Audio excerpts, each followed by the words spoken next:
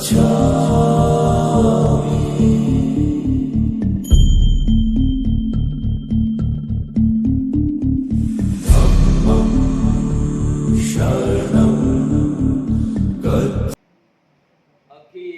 विश्वाला सुख शांतीचा संदेश देणारे तथागत भगवान गौतम बुद्ध बोधिसत्व डॉक्टर बाबासाहेब आंबेडकर यांच्या विचारांना व प्रतिमेस पंचाप्रणाम. नालंदा बुद्ध विहार, विष्णुनगर, दिघा, नवी मुंबई या ठिकाणी वर्षावासानिमित्त मिलिंद प्रश्न या ग्रंथाचे वाचन रोजीना 8 ते 9:30 वाजेपर्यंत होत आहे. या कार्यक्रमात सर्व उपस्थित उपासक सर्वांच्या परी मंगल कामना व्यक्त करून ग्रंथ वाचनाला सुरुवात करत आहे.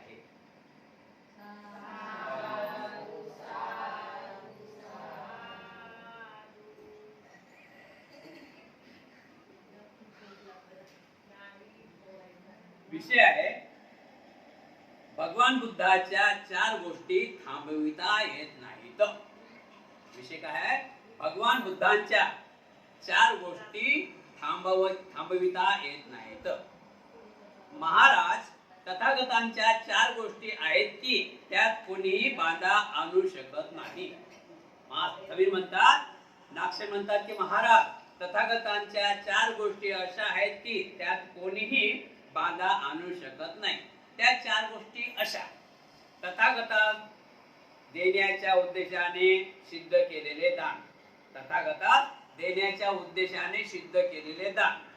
नंबर 2 आहे त्यांच्या शरीरातून उत्पन्न होऊन आकाशात व्यांग म्हणजे बाग.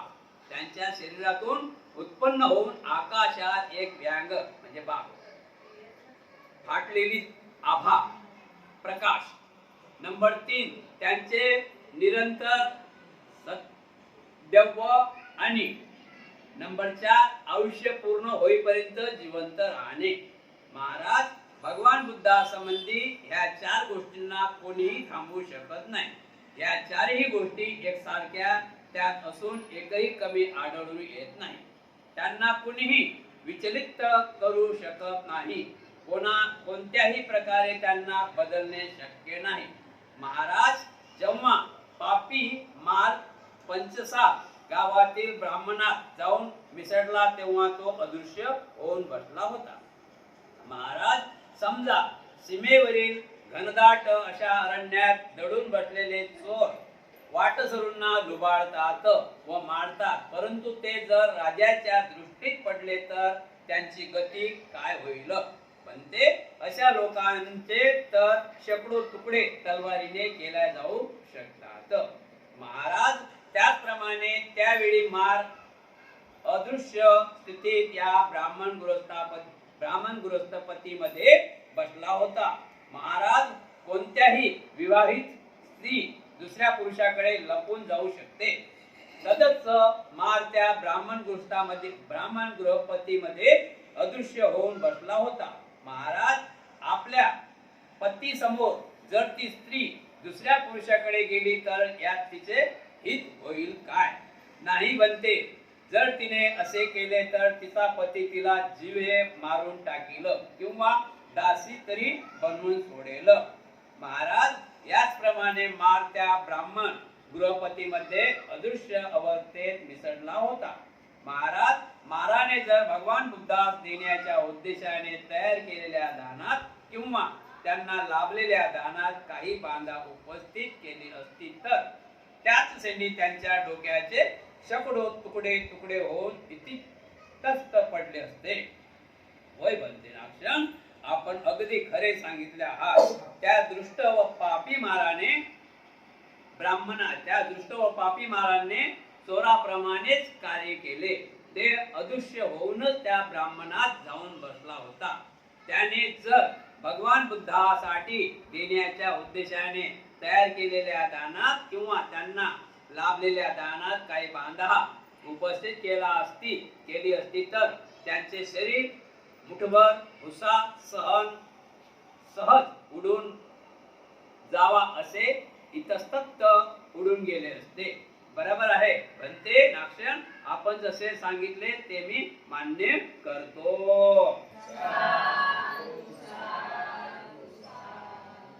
आजचा विषय आहे भगवान बुद्धाच्या 4 गोष्टी थांबवता येत नाहीत. ते 4 गोष्टी. पहिली गोष्ट की तथागता देण्याच्या उद्देशाने सिद्ध केलेले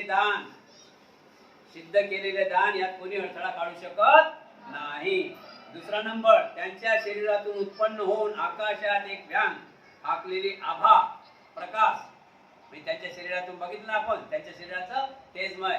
सिद्धार्थ गौतमाच्या पाठीमागे आहे ना चक्र आहे ना, ते कसं तेजमय आहे, प्रकाशात आकाश प्रकाश देते ते. अशा त्यांचा बुद्धीचं त्यांच्या ज्ञानाचं प्रतीक आहे ते तेज.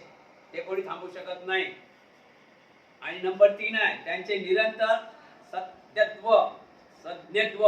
म्हणजे त्यांचं निरंतर म्हणजे त्यांचं शील निरंतर सत्यत्व कोणी थांबू शकत नाही.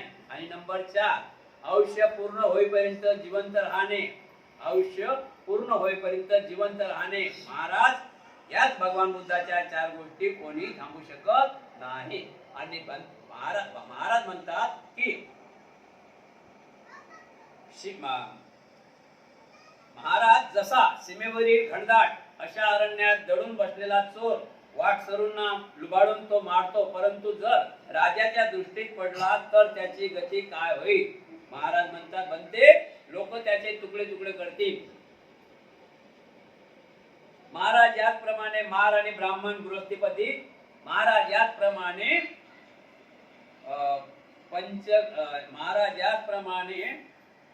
पंचशाल गावामध्ये तो मार त्या ब्राह्मण लोकांच्या अंदर अदृश्य पद्धतीने होता. आणि म्हणून बुद्धांना त्यांना दान देण्याचा भाग योग लागला नाही.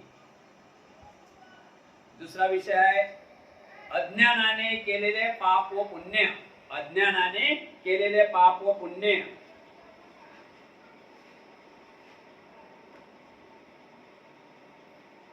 बनते नाक्षण आपण लोक म्हणता की अज्ञानवश ज्याकडून हिंसा घडते त्याबद्दल त्यास अधिक पाप लागते. तरी पण भगवान बुद्धाने विनयावर उपदेश करताना म्हटले आहे की अजाणता घडलेल्या पाप कर्माबद्दल काही पाप लागत नाही.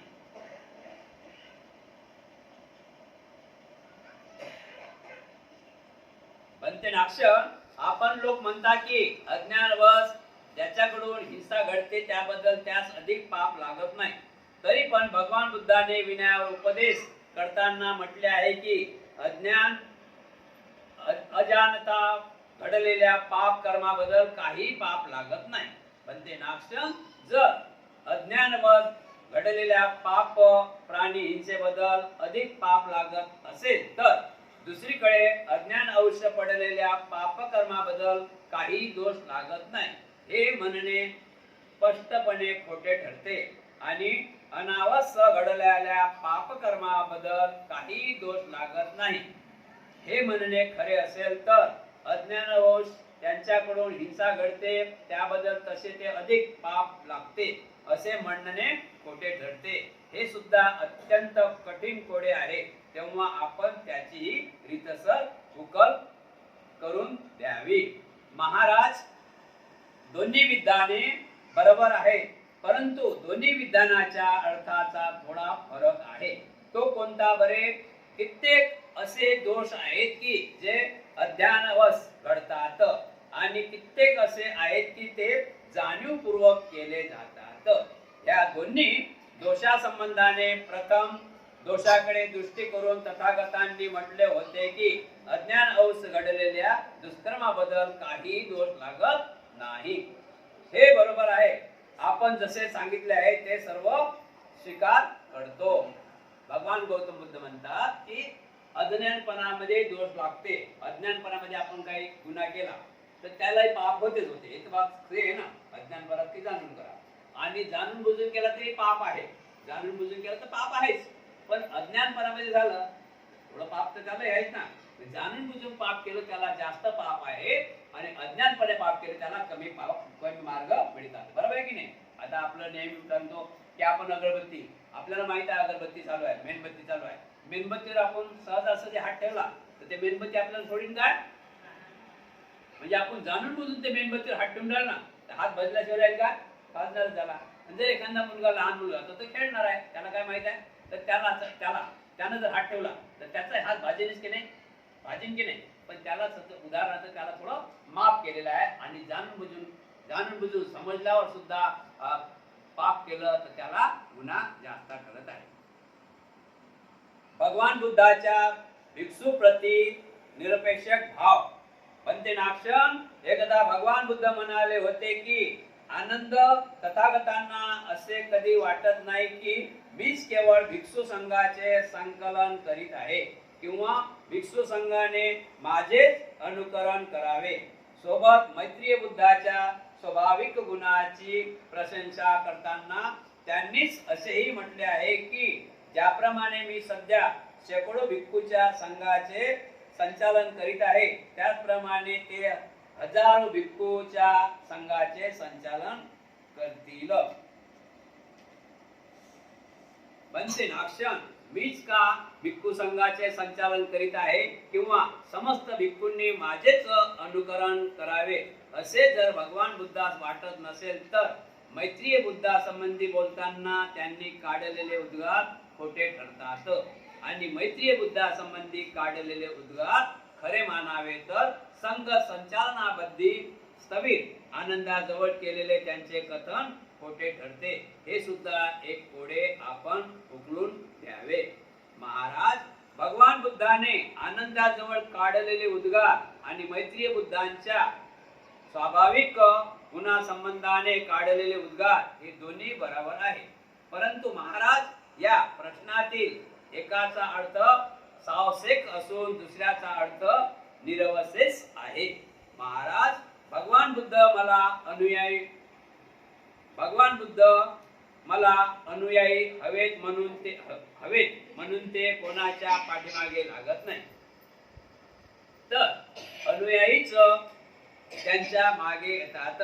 महाराज, हाही मी आहे किंवा हे माझे आहे असा लोकांचा केवळ समज असतो, परंतु परमार्थ असे काहीच आढळून येत नाही. महाराज, भगवान बुद्ध प्रेमबंधनापासून सर्वथा मुक्त झालेले असतात. त्यांच्या मनात कोणत्याही प्रति आपलेपणाची भावना उरली नसते. हे माझे आहे त्याबद्दलचा भ्रम सुद्धा भगवान बुद्धात उरलेला नसतो. असे असूनही भिक्षू संघ मात्र त्यांनाच आपला संचालक मानून तसे आचरण करतो. महाराज, पृथ्वीवर राहणाऱ्या समस्त जीवमात्राचा आधार पृथ्वी असली तरी तिला कधी वाटत नाही की हे सर्व माझेच आहेत.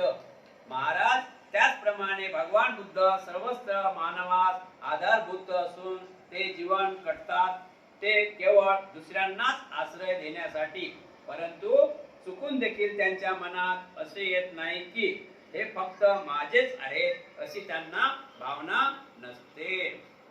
महाराज, एखाद्या पावसाचा प्रचंड ढग पावसाचा वर्षाव करून गवत, झाडे, पक्षी किंवा मनुष्याची वृद्धी करतो, त्यांच्या कुळतुतीची जोपासना करतो, त्यांच्या वर्षावानेच सर्वांना जीवदान मिळते, तरी पण त्यास असे कधी वाटत नाही की हे सर्व माझे आहे, मीच त्यांचा पालन करता आहे. महाराज, याचप्रमाणे भगवान बुद्ध सर्व प्राणी मात्रास पुण्य रूपी चांगले गुण देऊन जीवदान देतात आणि त्यांना पुण्याचे वाटेकरू बनवतात. त्यांच्यामुळे सर्वात पुण्य कर्माची जाणीव झाली आहे, तरी पण ते चुकून देखील अशी अपेक्षा करीत नाही की हे माझेच आहे. असे आपलेपणाचे किंवा परकेपणाचे भाव त्यांना नसतात, कारण या भावनेपासून ते वर गेलेले असतात. ठीक आहे बनते नाक्षण, आपण हा प्रश्न अगदी स्वच्छ करून दिला आहे. योग्य तर्काने समजावून सांगितल्याने गुंता उकळून दिला, गाठ उकळून दिली, अंधारात प्रकाशासाठी मशाल जाळली, सर्व धर्मविरोधकाच्या तोंडावर चांगलीच चपराकार दिली आणि शुद्ध बुद्ध श्रावकांना ज्ञानदृष्टी दिली.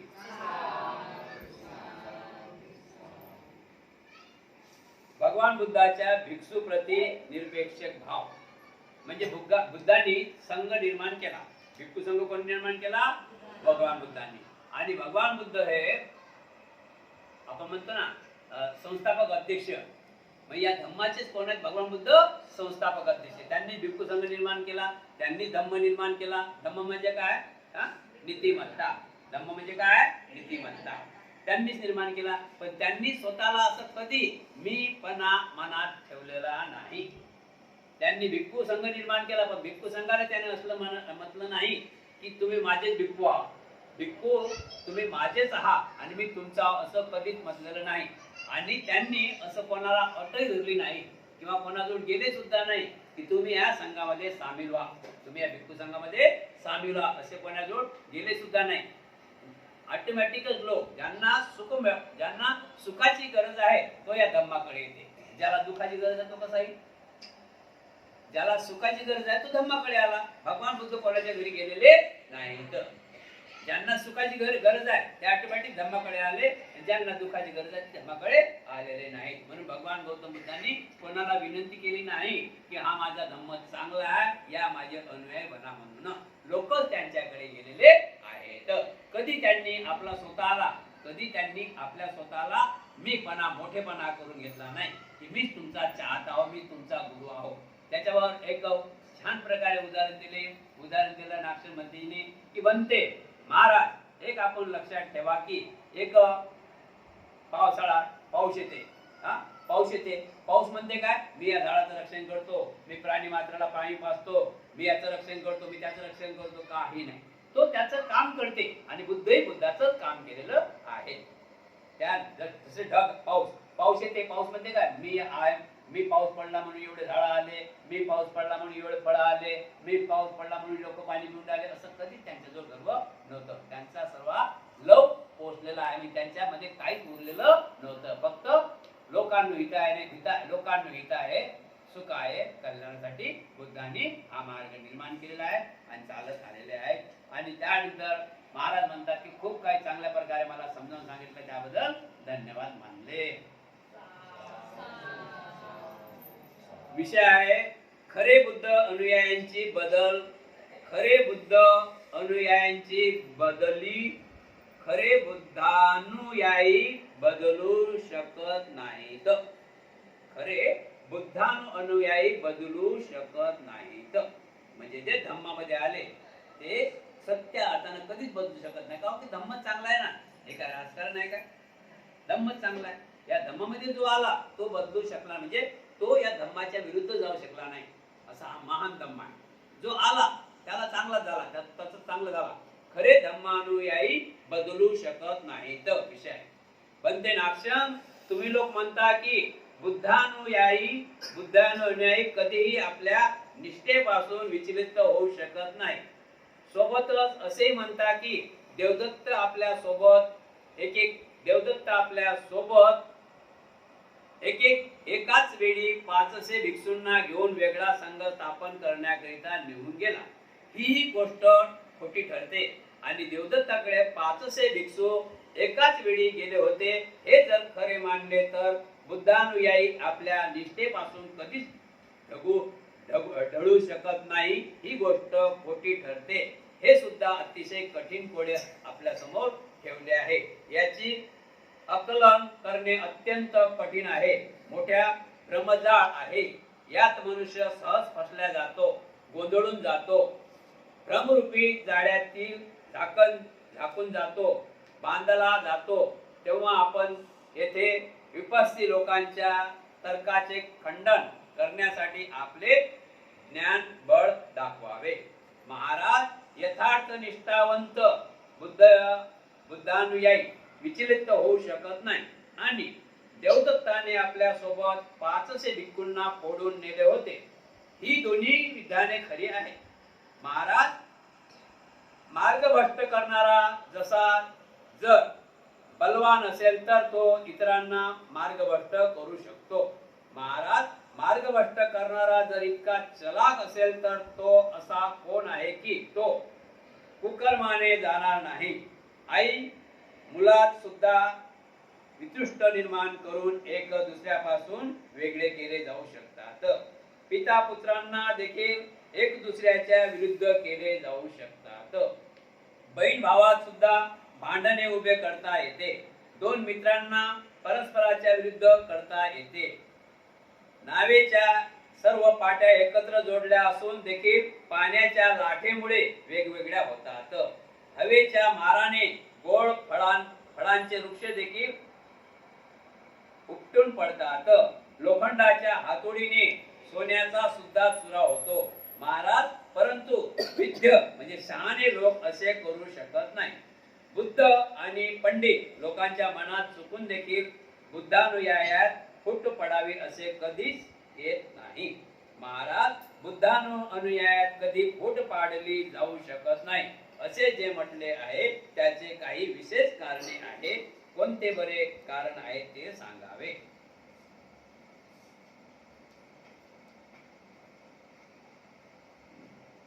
विषय आहे खरे अनुयायाची बदलू खरे बुद्धानुयायी बदलू शकत नाही. म्हणजे खरेखर जो धम्मात माणूस येते तो धम्माच्या विरोधात जाऊ शकत नाही असं म्हणणं आहे महास्तवीचं. तर त्यावेळी सांगितलं की महाराज सवी म्हणतात की खरे बुद्धानुयायी बदलू शकत नाही. तर त्यावेळेस महाराज म्हणतात बुद्धानुयायी बदलू शकत नाही. तर मग देवदत्तांनी भगवान बुद्धाच्या संघामध्ये फूट का पाडली? 500 लोक का घेऊन गेला? 500 रुपये का घेऊन गेला? तुम्ही जर असं म्हणतात हे गोष्ट खोटं आहे, बुद्धाच्या अनुयायामध्ये फूट पडू शकत नाही, बदली होऊ शकत नाही, बदल होऊ शकत नाही, ते हे गोष्ट खोटी आहे. तर त्यावेळेस महाराज म्हणतात, त्यावेळेस महाराजांना सांगता असतावे की महाराज आपण एक लक्षात ठेवा, आपण एक लक्षात ठेवा की जो शहाणा माणूस आहे तो माणूस कधीच फूट पाडू शकत नाही. आणि जो अज्ञान आहे तो फूट पाडीलच. आई वडिलातही फूट पडते. कशामुळे? चुगलीच्या आडीमुळे. पती पत्नीतही फूट पडते. मुला भावातही फूट पडते. बहीण भावातही फूट पडते. तर कशामुळे? अज्ञानामुळे. तो धम्म सोडला की फूट पडली.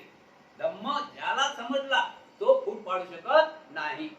तो धम्म काय म्हणते? बुद्ध नेहमी सांगतात धम्म काय म्हणते? बुद्ध म्हणतात की धम्म म्हणजे काय? जर आपल्याला चांगला माणूस, जर आपल्याला आपण प्रवासाला निघाला आहोत, रस्त्यात जर आपल्याला चांगला माणूस भेटला नाही तर वाईट माणसाची संगत करायची नाही. एकतर राहणं पुरलं पण वाईटाची संगत नको.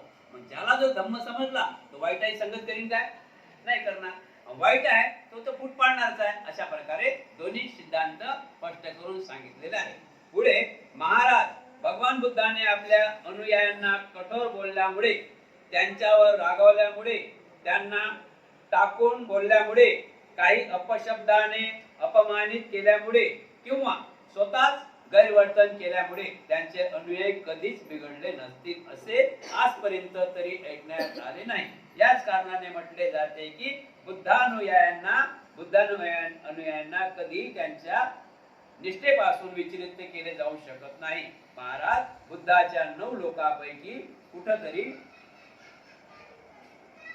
एखाद्याला ती कोणत्या बोधिसत्वाने बुद्ध या अनुयायाने त्यांच्या निष्ठेपासून विचलित करण्याचे उदाहरण आपल्याला ऐकण्यात आले आहे काय? नाही बनते. असे कधीच पाहण्यात किंवा ऐकण्यात अजूनपर्यंत तरी आलेले नाही. म्हणून आपण म्हणतात तेच बरोबर आहे असे मानले पाहिजे.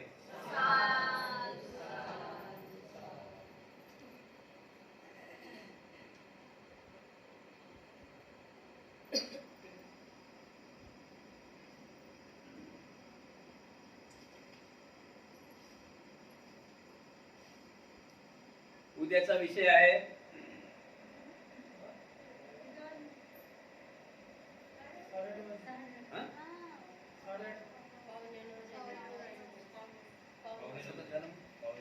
माझं तर नियम असेल म्हणून म्हणतो.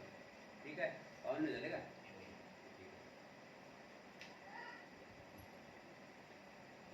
प्रकरण 3 सुरू झाले. जरा साधुकार द्या. योगी कथा पुढे चालू. प्रकरण 3 योगी कथा पुढे चालू.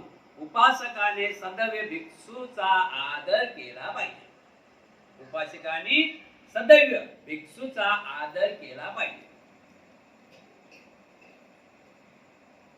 पंचनाक्षण भगवान बुद्धाने सांगितले आहे की हे वासिष्ठ, जगात धर्म हाच सर्वश्रेष्ठ आहे. मग तो या जन्मी असो की कोणत्याही जन्मी असो, तरी पण स्वतःपणाचा लाभ केलेला एखादा गृहस्थ म्हणजे ज्याचे आता आपल्या त्या पदावरून पतन होणे शक्य नाही असे जाणून घेतले आहे. परंतु असे असूनही तो एखाद्या अज्ञानी भिक्षूला किंवा सामनेराला प्रणाम करतो आणि त्यांचे उठून उभे राहून स्वागत करतो. बंतेनाक्षण धर्म हाच जगामध्ये सर्वश्रेष्ठ आहे. तो मग या लोके असो की कोणत्याही लोकी असो. हे जर खरे असेल तर धर्मचरणानेच श्रोतापण प्राप्त केलेल्या एखाद्या गृहस्थ एकदमच अज्ञानी भिक्षूला किंवा सामनेराला प्रणाम करतो आणि उठून उभा राहून त्याचे स्वागत करतो. हे शोभनीय वाटत नाही. आणि जर श्रोतापन्न गृहस्थांनी एखाद्या अज्ञानी भिक्षू किंवा सामनेरास प्रणाम करणे यथार्थ योग्य असेल तर धर्म हाच जगात सर्वश्रेष्ठ आहे असे मानणे चुकीचे ठरते. हे एक कठीणच कोडे आहे, पण ते कृपा करून याचे स्पष्टीकरण करून सांगावे, जेणेकरून विरोधकांचे सडेतोड उत्तर देता येतील. महाराज, या जगात धर्म हाच सर्वश्रेष्ठ आहे आणि श्रोतापण नामक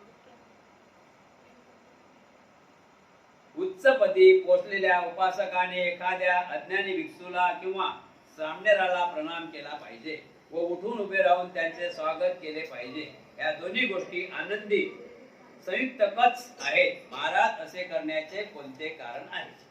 महाराज, श्रमण भिक्षू होण्यासाठी 20 श्रेष्ठ गुण आणि बाहेरील 2 लक्षणे असावे लागतात.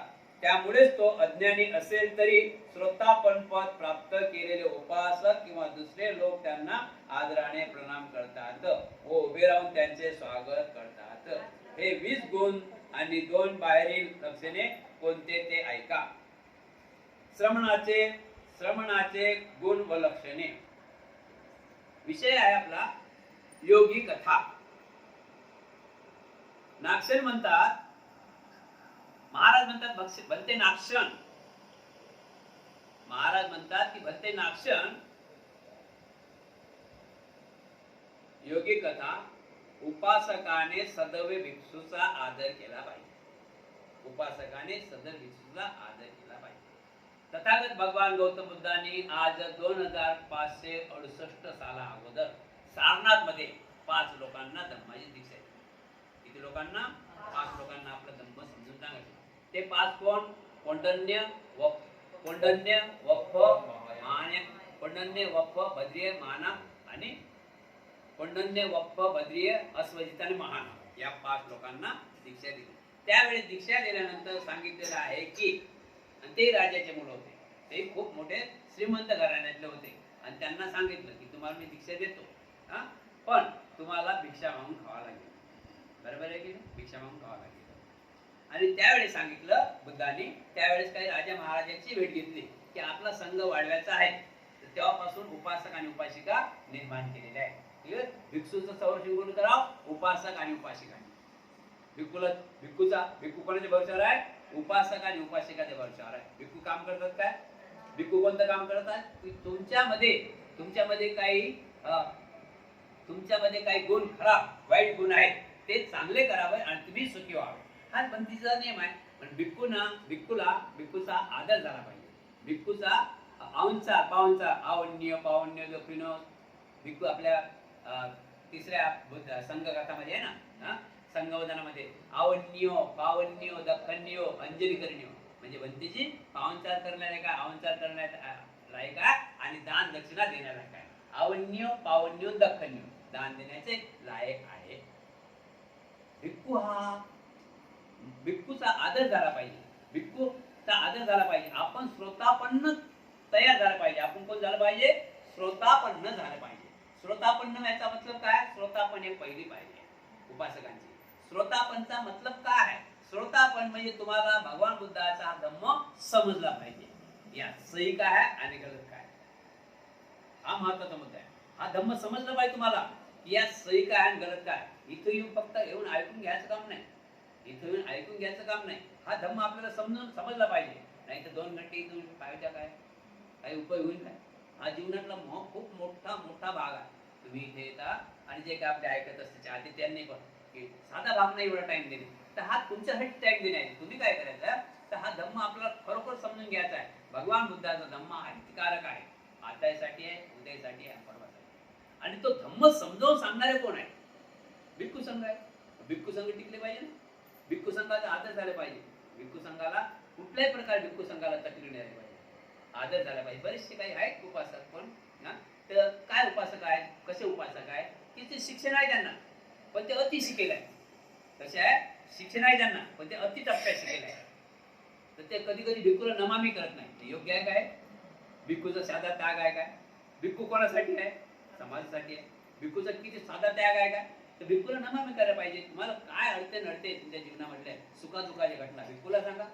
बघा हाच धम्म आहे, बुद्धाचा धम्म आहे. बुद्धाचा धम्म आहे आपल्याला वाईट व्हायसाठी, चांगलं वाईटातून चांगलं बनण्यासाठी. बुद्धाने जो नियम दिलेला आहे, पंचशील दिलेला आहे, कशासाठी दिलेला आहे? आपलं जीवन सुखी होण्यासाठी.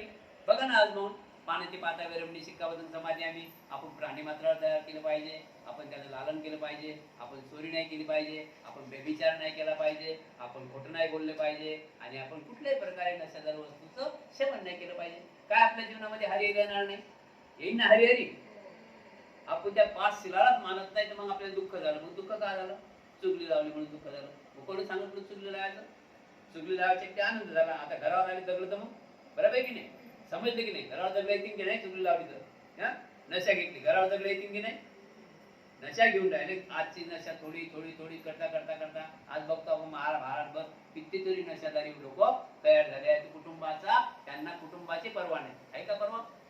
लहान मुलाची तरी पर्वा आहे का? तर हा धम्म सांगते ना की हा धम्म सांगते की या रस्त्यांचा तुम्ही या तुमच्या जीवनामध्ये कुठल्याच प्रकारे खडतर दुःख निर्माण होणार नाही. तो भिक्खू तुम्हाला सांगते. भिक्खू तुम्हाला अष्टशील देतात, भिक्खू तुम्हाला दान पारमिता सांगतात, भिक्खू तुम्हाला अष्टांगिक मार्ग कोण्या रस्त्याने काय करावं काय नाही सांगतात. तर भिक्खूची सेवा केली पाहिजे. भिक्खूची सेवा केली पाहिजे आणि भिक्खूचं ऐकलं पाहिजे. भिक्खूचं ऐकलं पाहिजे. जर नाही समजलं तर डबल ऐकलं पाहिजे. बरोबर आहे की नाही? पण हा धम्म जोपर्यंत तुम्ही समजून घेत ना तोपर्यंत तुम्ही आपला पुढे मार्ग काढू शकत नाही. म्हणून तुम्ही काय पहिला टप्पा काय तुमचा श्रोतापन झालं पाहिजे. श्रोतापन म्हणजे आपला धम्म हा खरोखरच चांगला आहे काय एवढं तर आपल्याला समजते ना. गुर या भला आपल्याला समजते ना, वाईट आणि चांगलं दिसतं ना. तर त्यातून चांगला आहे हा धम्म हे आपले तुम्हाला समजायला पाहिजे. आता चांगलं धम्म आहे हे समजल्यानंतर हा धम्म वाढवणारा कोण आहे? हा धम्म वाढवणारा कोण आहे त्याच्याकडे लक्ष द्यायला पाहिजे. हा धम्म वाढवणारा कोण आहे त्याच्याकडे लक्ष द्यायला पाहिजे. कोण वाढून राहिलं? भिक्खू संघ. भिक्खू संघ आज कितीतरी आमचे मोठे मोठे भिक्खू संघ कितीतरी शिकलेले आहेत ना. किती शिकले जर त्यांनी शिवर अंगावरला काढलं तर 1-2 लाख रुपये पगारी भिक्खू आहे. किती लाख रुपये? 2 लाख रुपये महिना कमावू शकणारे भिक्खू आहे. किती? सर्वसाधारण भिक्खू नाही, 2 लाख रुपये भिक्खू कमावणारे भिक्खू आहे. पण काय ते करतात का अशा पगाराची आशा करतात का? काही करत नाही. आपला समाज जागृत झाला पाहिजे. आपला समाज चरत भिक्खवे चारिकं बहुजन हिताय बहुजन सुखाय लोकानुकंपा हिताय देसत भिक्खवे धम्मं आदि कल्याणं मध्य कल्याणं पर्यवसान कल्याणं.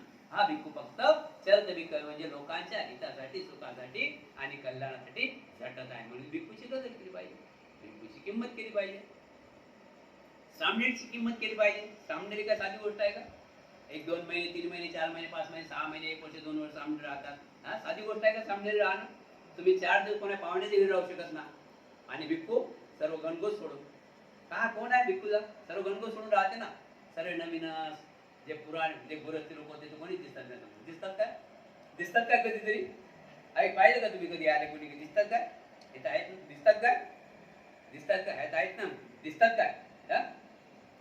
तुम्ही 4 दिवस राहिले कुठे तुम्हाला दिसते नाही? घर दिसते की नाही? घर दिसेल की नाही? मग कोणासाठी भिक्खू आहे? समाजासाठी. भिक्खू हा निर्माण झाला समाजासाठी. म्हणून समाजाने भिक्खूची किंमत केली पाहिजे. आपण श्रोतापन पद प्राप्त केली पाहिजे. उपासिकाच राहायला पाहिजे. उपासक उपासकच राहायला पाहिजे. उपासकाने खूप कष्ट करावं आणि उपासिकाने खूप तुमच्या परिवारामध्ये भिक्खूला जसे तुम्ही खाता पिता तसं भिक्खूचं देखभाल करावी. आहे की नाही? वगैरे ते काय देत राहायचं, बरोबर ना. तर भिक्खू धम्म वाढीन. हा धम्म खूप छान आहे. धम्म हा जीवन जगण्याची कला आहे. या धम्माला धरून चालला तो माणूस मागच राहू शकत नाही. हा धर्म सर्वश्रेष्ठ आहे. या धर्माला जोड नाही तोड नाही. या धर्मामध्ये नारायण नाही, निम नाही. नारायण नाही, निम नाही, अगरबत्ती नाही, मेणबत्ती नाही, माचीस नाही, फुल नाही, हार नाही. फुलही नाही, हारही नाही, काही गरज नाही. जे आपण हे करतो हे फक्त आपल्यासाठी याचे प्रतीक आहे एक दुसऱ्याचं. मेणबत्ती म्हणजे मी जळतो, माझा प्रकाश दुसऱ्याला देतो, तसं जीवनामध्ये राहायला पाहिजे. अगरबत्ती म्हणजे मी पेटतो, मी जळत आहे आणि लोक अगरबत्तीचा सुगंध घेतात की नाही. तसं आपलं रस्त्याने चालता बोलता सुगंध निर्माण झाला पाहिजे. आपली चाल कशी असली पाहिजे. जसा सुगंध निर्माण कसा झाला पाहिजे, कशावरून की आपल्या वागण्यावरून. आपण रस्त्याने चाललं तर कसं चाललं पाहिजे, कोणाची बोलायचं कसं बोलायचं पाहिजे, कोणाच्या घरी जायचं कसं जायला पाहिजे, कोणाच्या घरी जायचं तर काय घेऊन जायचं. जे महत्वाच्या गोष्टी आहेत तेच घेऊन जायच्या आहे, दुसरं घेऊन जायचं का. दुसऱ्या जर गोष्टी निघाल्या तर तिथून बाजूनं हटायचं आहे, ऐकायचं. म्हणजे कानानं चांगलं ऐकायचं, वाईट ऐकायचं नाही. डोळ्यानं चांगलं पाहायचं, वाईट बघायचं नाही. तोंडानं चांगलं बोलायचं, वाईट बोलायचं. म्हणजे कानानं वाईटही ऐकू नका, चांगलं आहे तर दोन कानातून जोड राहा. डोळ्याने चांगलं आहे तर बघा, वाईट बघू नका. आणि तोंडानं बोलता येईल चांगलं बोला, आणि वाईट जर बोलायचं असलं तर वाईट जर तिथं समय येतला तर तिथून बाजू टाका. आपलं नुकसान होणार नाही. म्हणून आपण श्रोतापन्न उत्पन्न केलं पाहिजे मनातून. जोपर्यंत धम्म तुम्हाला जाणत नाही, धम्म एक दुसरी गोष्ट काही नाही. धम्म म्हणजे नेमकं दुसरं धम्म. धम्म म्हणजे काय. धम्म म्हणजे दुसरं तिसरं काही नव्हते, नीतिमत्ता. आपण नीतिमत्ताने वागा. या नीतिमत्ता वागण्यासाठी आपल्याला काय करायला लागेल. नीतिमत्ताने वागण्यासाठी आपल्याला काय करायला लागेल. आपल्याला काही गोष्टीचा त्याग करावा लागेल. कोणता त्याग करायला लागेल. सुरुवात नीतिमत्ता वागण्यासाठी आपल्याला कोणत्या गोष्टीचा त्याग करायला लागेल तर आपल्याला लोक चांगलं मानतील. तर त्याच्यासाठी आपला मी आहे तो घरी ठेवा. मी आहे ना प्रत्येकाचं. मी आहे ना, मी तर मी हा घरी ठेवा. मीपणा म्हणजे मी हा, मी तो वगैरे वगैरे. मीपणा घरी ठेवा लागेल. आपल्यामधला मी काढा लागेल. दुसरी गोष्ट आपल्यामधला अहंकार काढा लागेल. दाग दागिने अमुक अहंकार. मग येतो दुसरा कोणी नाही, बरोबर आहे ना. बघितलं ना असतात लोकांच्या वेळ्या असतं, बघितलं की नाही. तसा मी पण जसा कपाटात ठेवला त्या कपाटात ठेवा लागेल. इथं आणायचा नाही. आहेत ना लोकांच्या घरी, आहेत ना कपाट आहे, तो जोड नाही आणायचा. तो मी पण अहंकार बरोबर आहे ना. अहंकार हा जोड ठेवा लागेल. बघा चांगलं होण्यासाठी काय काय करायला लागेल. मीपणा हा तेवढंच. मीपणा म्हणजे हा मेणबत्ती सारखा आहे, कधी विजय सांगता येत नाही. मीपणा म्हणजे हा कधी विजय सांगता येत नाही. मीपणा हा कधी धोका देते. अहंकार हा कधी धोका देते. आपण बघितलं ना, माळची साडी बघितलं ना, पिक्चर बघितलं ना. त्या गोखलेंच्या पोरगी निघून माळची साडी याला जाते, मुलगी नांद्याला जाते ना नद्याला. तिथं त्यावेळेस काय होते, माची म्हणजे आग लागते कंपनीला आग लागते. बघितलं ना पिक्चर. किती मिनिटात, किती टाइमात खतम. शेवटी तो कुठे होता. मी बनवला डोक्याला कपडा बांधून आग लावायला अग्नी. पण कोणी जन्म लावल्या समशानामध्ये. बघितलं की नाही. मीच बघितलं. बोला ना मग. मीच बघितलं काय सांगत नाही. उदाहरण घ्या ना. कशामुळे. मीपणामुळे. कशामुळे घटना घडली. मीपणा किती कठीण आहे सांगा बरं. मीपणा जो व्यक्ती मी म्हणते तोच व्यक्ती मी असते, बाकी त्याला कोणीच मानत नाही. एक लक्षात घ्या. तोच व्यक्ती मी असते, बाकी त्याला कोणीच मानत नाही. म्हणून आपल्याला खरं जीवन जगायचं असलं तर आपल्यामधला मी बाजूला काढायचा. काय बाजूला काढायचा आहे. आपल्याला सही जीवन जगायचं असलं तर आपला अहंकार बाजूला काढायचा. अहंकार गर्व आपल्या बाजूला काढायचा आहे. खाली आता जायचा कुछ साथ में लेके जायचं. काय घेऊन जायचं सांगा. नाव घेऊन जायचं. जीवनामध्ये धन पाहिजे, धनाशिवाय जगू शकत नाही. सोनं तुमच्या अंगावर पाहिजे, सोनं तुमच्या अंगावर जरूर पाहिजे. पण ते कसं पाहिजे. आदरणीय पाहिजे. नाही तर मग मी नेहमी सांगतो, मुंबईची बाई गावी गेली आणि इथं तर काय ते जेवण बनवणाऱ्या बायाने ते सर्व काय केलं. हे बाई उठली, या बाईला आला राग, बाया म्हटलं जेवणाला, या बाईला राग आला. राग ते ना बाईला. एक मुलगी ते कोणी म्हणते इकडे बुंदी आण ग, तिकडे बुंदी आण ग. आता ते दोन पोरी कुठे जातील. त्या बाई राग आला, त्या बाईच्या गळ्यातलं मोठं होतं ना ते, माहित आहे ना, मोठं होतं लंबाचा लंबा हे नाही माहित तुम्हाला, मोठं लंबेसाठ होतं असं झाड झाड. हा, या बाई राग आला, असं करत जायचं तसं करायचं. एक आपली कथाही झाली, एक नक्कीची झाली की नाही. त्या बाई राग आला, गळ्यात मोठं होतं असं, नाही मोठं होतं असं, राग आला नाही बाईला. आण म्हणे बुंदीचा टोप माझ्याजवळ, बुंदीचा टोप आण माझ्याजवळ. घेतला बुंदीचा टोप हाती, बुंदीचा टोप हाती घेतली आणि चालली वाढत. घ्या बाई थोडी घ्याच, घ्या बाई थोडी घ्याच, घ्या. लोक ओळखतात की नाही, ओळखतात की नाही लोक. हे त्या तिकटात भिजल पाहिजे तरी म्हणे घ्यास थोडी, काय म्हणायचं आहे, घ्यास थोडी, बरोबर आहे की नाही. म्हणून जीवनामध्ये खूप असं कमाल करा की ज्याला दुनिया म्हणी व्हावा. काय कमाई करा, ज्याला दुनिया म्हणून व्हावा. कोणती कमाई करा की आपण रस्त्याने चाललो तर समोरचा थांबला पाहिजे, जे घेऊन केलं हे पुढे गेलं पाहिजे. काहीच सोबत आलंच नाही बघा, काहीच नाही. आपण ज्या ठिकाणी बसलो कुठेही बघा, आपण ज्या ठिकाणी आपण कुठेही, घरातही सुरक्षित नाही, दारातही सुरक्षित नाही, रस्त्याने सुरक्षित नाही, सर्व आपल्या मागं काळ उभाच आहे. एवढं जर समजलं त्या व्यक्तीला सापही काही करत नाही. साप आहे ना, साप पण त्याच्या बाजूने जाते, त्याला हात लाव. म्हणून मन कसं असलं पाहिजे आपल्याला, सुख कशात आहे, सुख हा धम्मात सुख आहे, धनात सुख नाही. धनात झोप लागत नाही. धनात झोप लागते काय, बरं झोपावर पैशाच्या गंजावर झोप लागली का तुम्हाला, पैशाच्या गंजावर झोप लागली द्या नाही. मग कशात, धनात सुख नाही. धन पाहिजे, धन किती पाहिजे, आपल्या पुरतं धन पाहिजे, काही शंका नाही. पण त्या धनामाग आपल्याला सुख भेटलं पाहिजे. म्हणून हा धम्म आहे बुद्धाचा धम्म. याच्यासारखं सुख कुठंच नाही, या धम्मासारखं सुख कुठंच नाही.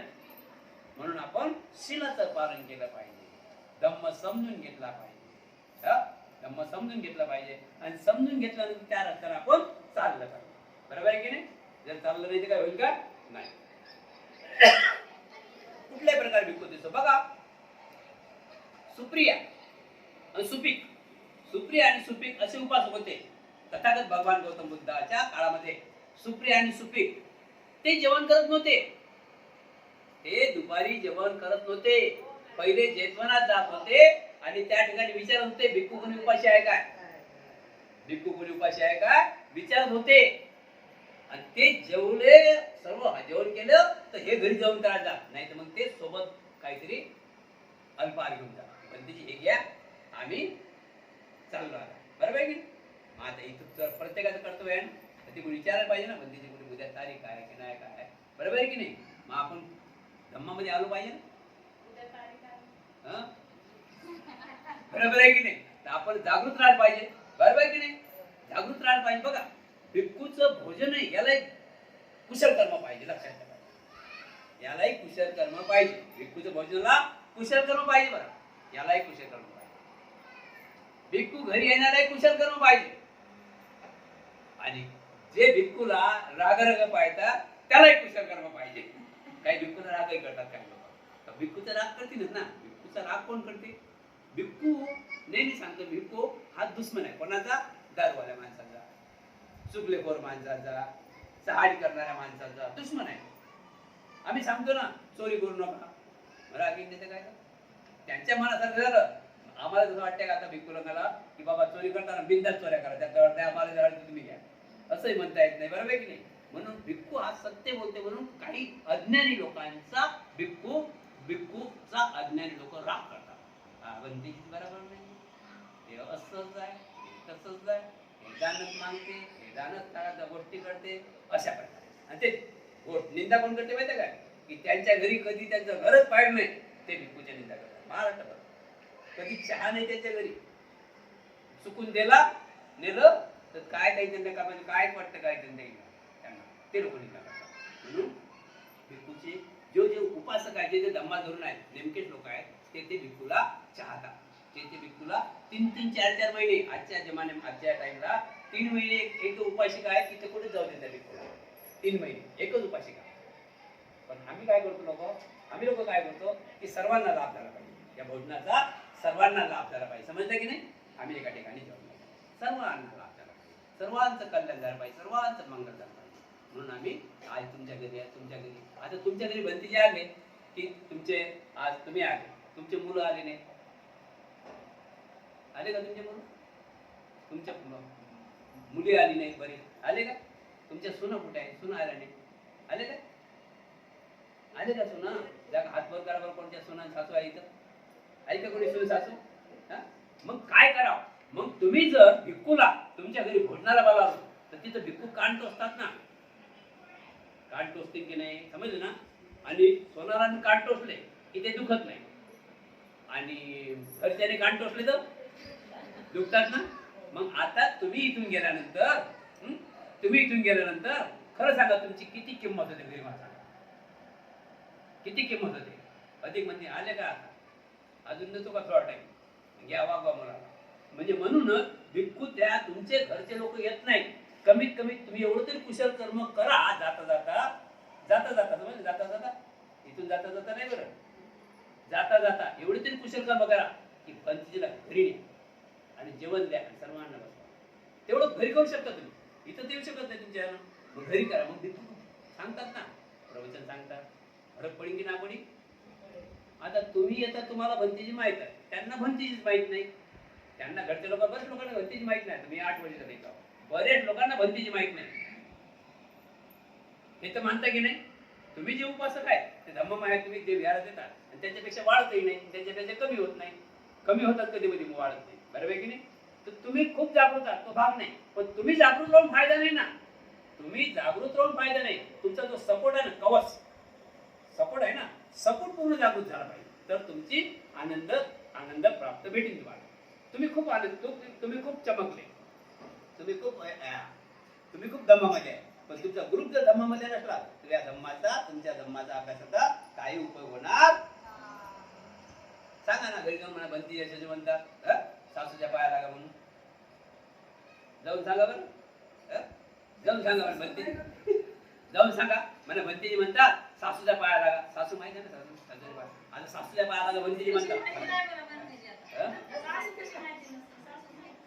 मग काय म्हणतात? आई म्हणतात ना, आई म्हणतात ना, सासू म्हणतात ना. सासू आता मम्मा म्हणतात, कोणी आई म्हणतात, बरोबर आहे ना?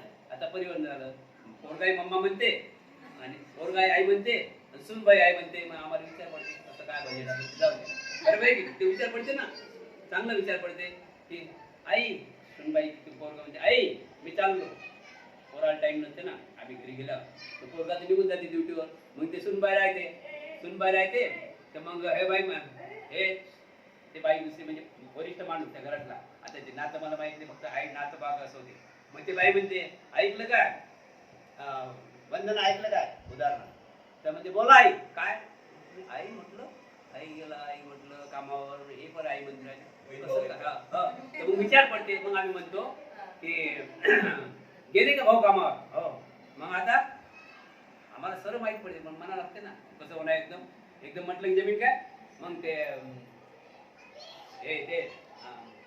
आईला आम्ही विचारतो हे कसं काय, सुनबाई बरोबर आहे ना. असंही घरात फार चांगलं, तसंही घरात निर्माण झालं पाहिजे.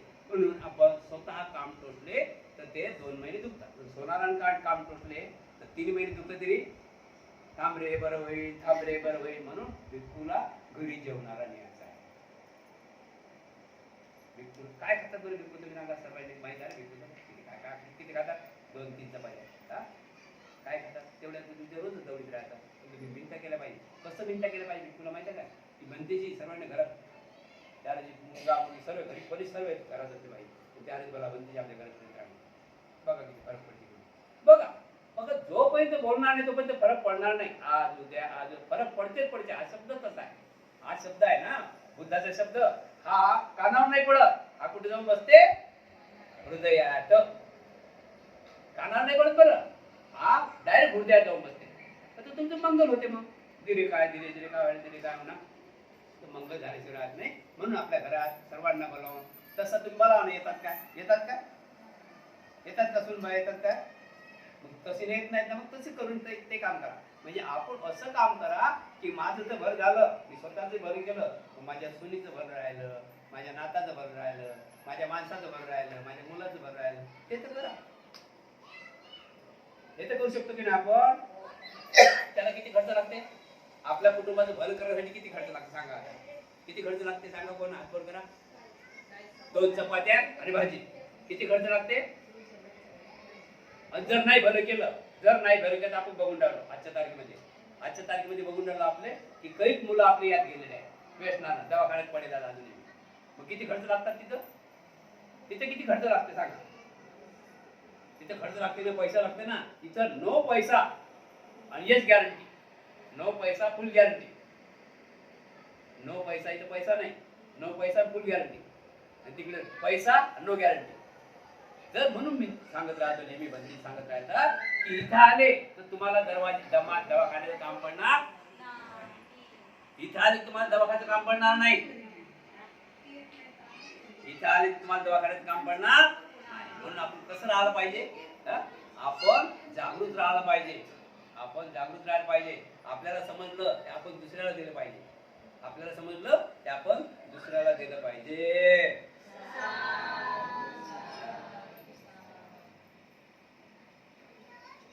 दुसरा विषय आहे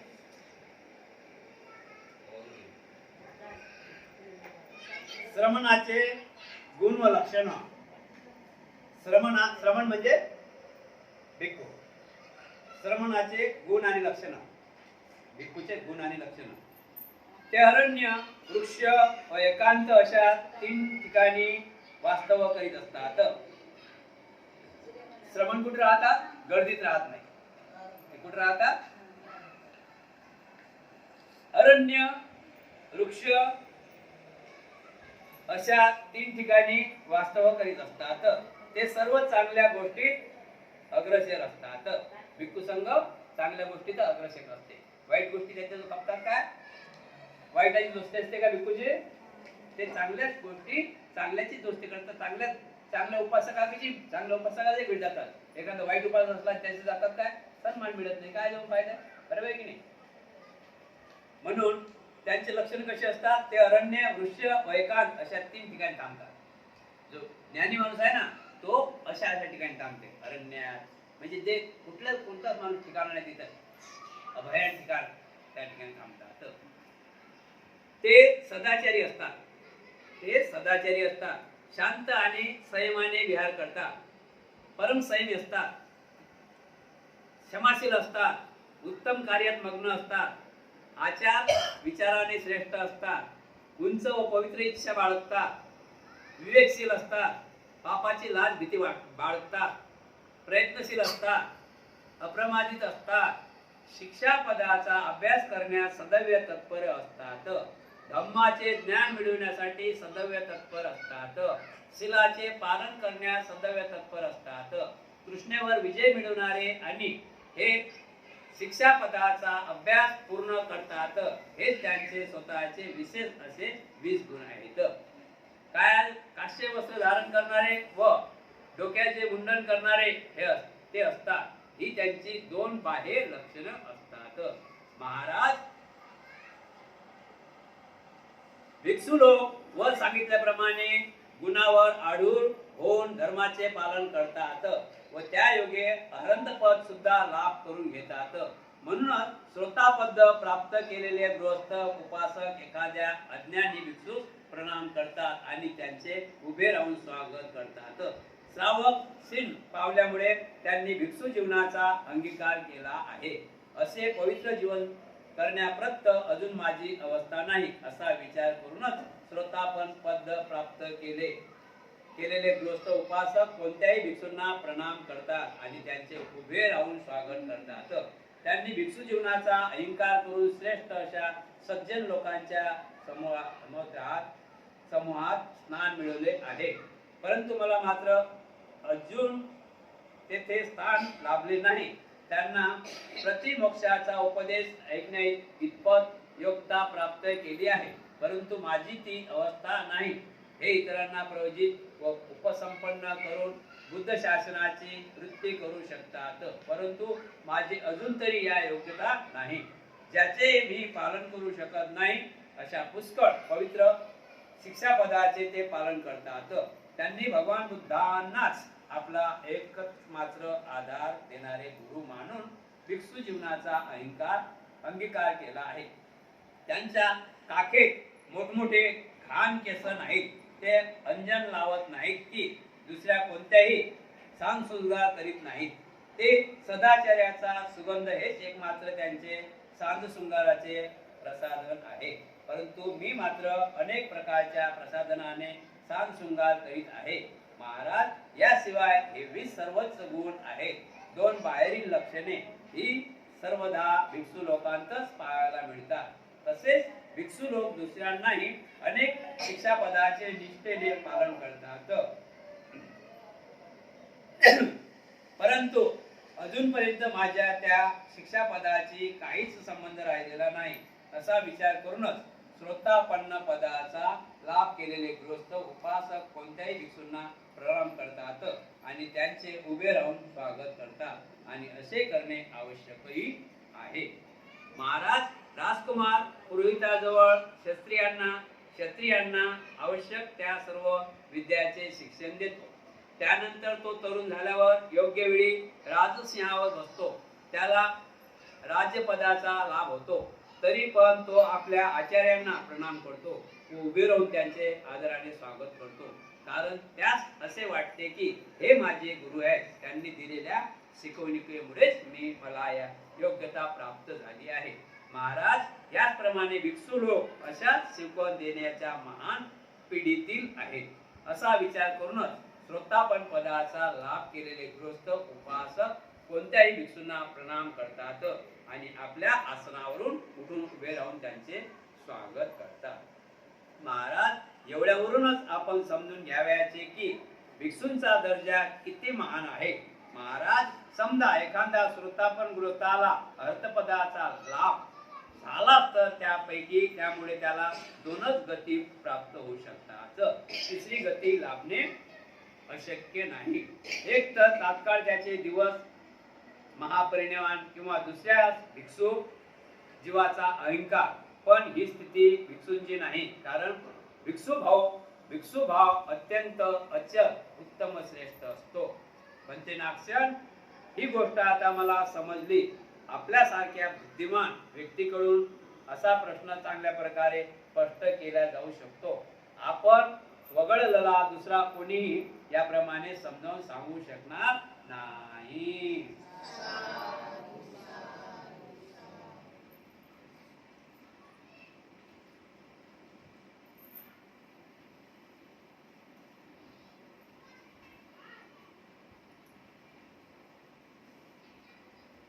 भिक्षूला नियमावली लागते. तुम्हाला पण नियमावली आहे. भिक्षूला पण नियमावली आहे ना. भिक्षू म्हणजे खूप नियम आहे. किती नियम आहे?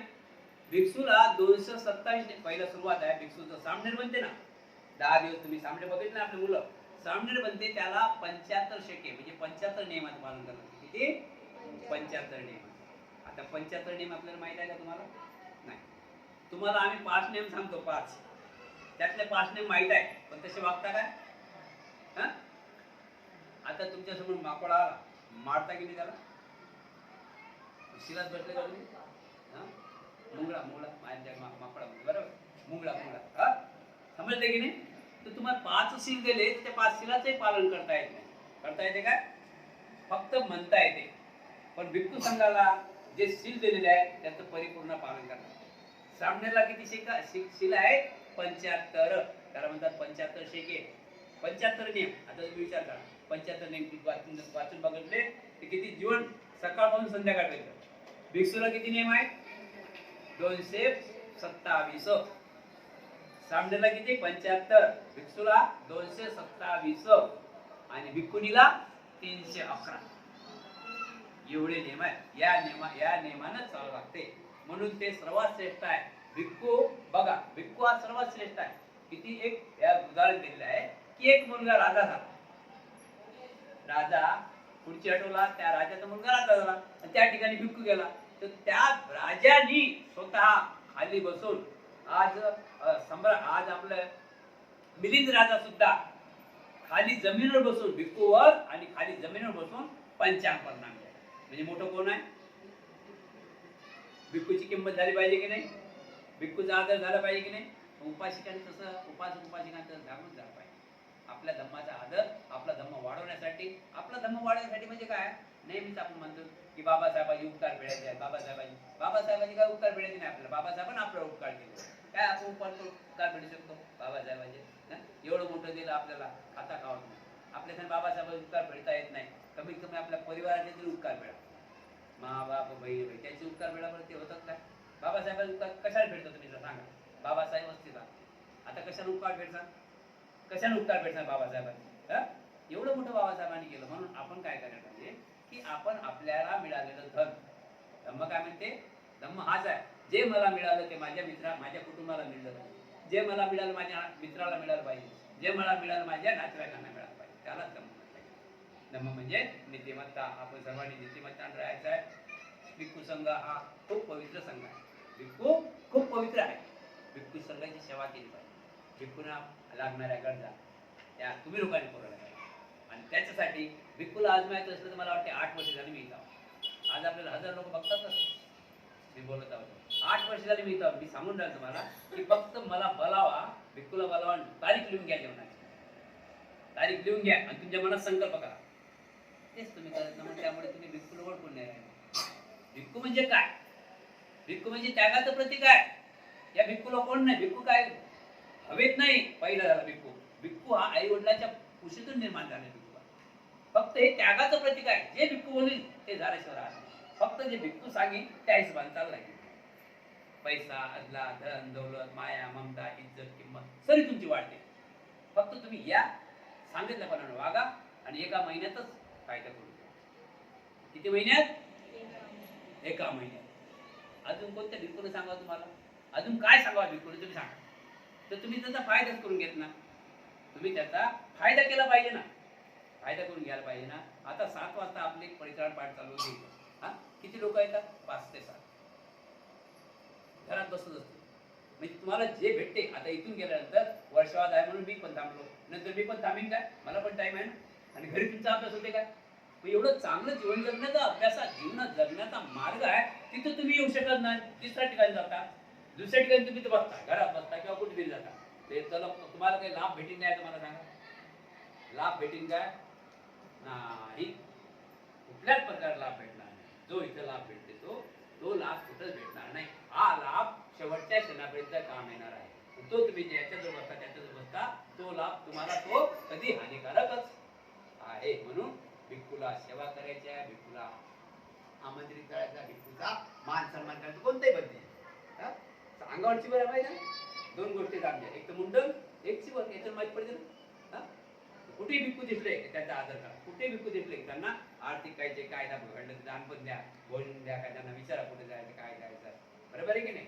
तशा प्रकारे आपण भिक्खू संघाकडे वळलं पाहिजे. भिक्खू संघ आहे म्हणून धम्म आहे, नाही तर काही खरं नाही आहे धम्माचं.